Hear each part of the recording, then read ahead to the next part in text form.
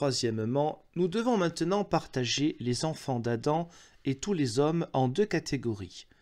Les premiers qui appartiennent au royaume de Dieu et les autres qui appartiennent au royaume du monde. Ceux qui appartiennent au royaume de Dieu, ce sont ceux qui croient véritablement en Christ et qui lui sont soumis. Car le Christ est le roi et le Seigneur du royaume de Dieu, comme le dit le psaume 2, verset 6, ainsi que toute l'Écriture. Et c'est pour inaugurer le royaume de Dieu et le fonder dans le monde qu'il est venu. Aussi déclare-t-il devant Pilate, « Mon royaume n'est pas de ce monde, mais celui qui est de la vérité écoute ma voix. » Jean 18, 36. Et dans l'Évangile, il fait constamment allusion au royaume de Dieu et dit « Amendez-vous, car le royaume de Dieu est venu. » Matthieu 3, 2. Et aussi « Cherchez d'abord le royaume de Dieu et sa justice. » Matthieu 6, 33. De même, il appelle l'Évangile un évangile du royaume de Dieu. Car c'est lui qui enseigne, gouverne et maintient le royaume de Dieu. Or voici, ces personnes n'ont nul besoin d'un glaive temporel ni d'un droit.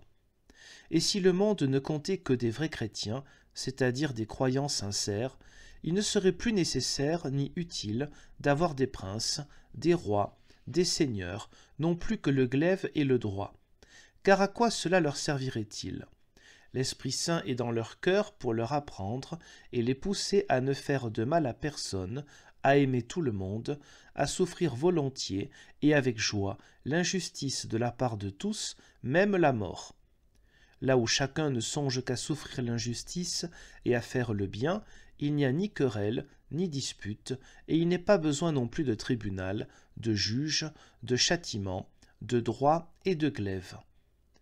Aussi bien est-il exclu que le glaive et le droit temporel aient besoin d'agir parmi des chrétiens, puisque ceux-ci font d'eux-mêmes bien davantage que ne peuvent exiger tous les droits et tous les enseignements. Comme dit saint Paul en 1 Timothée 1, 9, « La loi n'est pas faite pour les justes, mais pour les injustes. » Pourquoi cela ? Parce que le juste fait de lui-même tout et même davantage que ce que réclament tous les droits. Mais les injustes ne font jamais ce qui est juste, c'est pourquoi ils ont besoin du droit qui les instruit et les force à bien faire.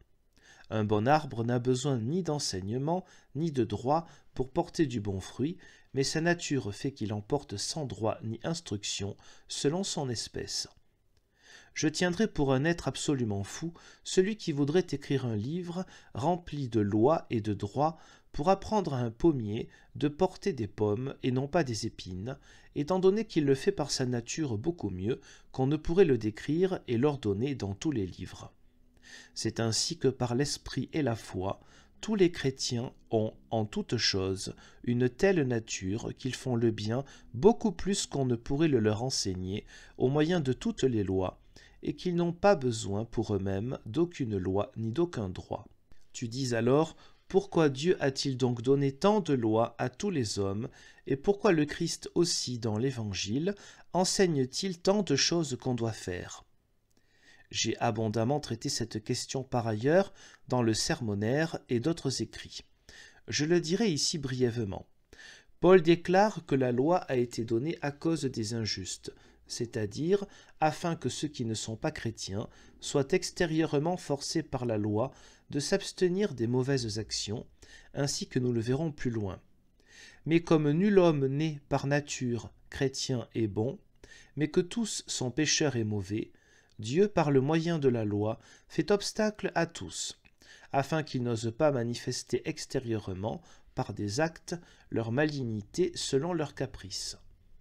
Saint Paul attribue en outre un autre office à la loi, en Romains 7, 7 et Galates 3, 24. Elle apprend à reconnaître le péché, et par là elle humilie l'homme en vue de la grâce et de la foi en Christ. C'est également ce que le Christ fait ici, Matthieu 5, en enseignant qu'il ne faut pas résister au mal, Matthieu 5, 39. Il explique par là même la loi et enseigne comment un vrai chrétien doit être disposé, comme nous l'apprendrons plus loin.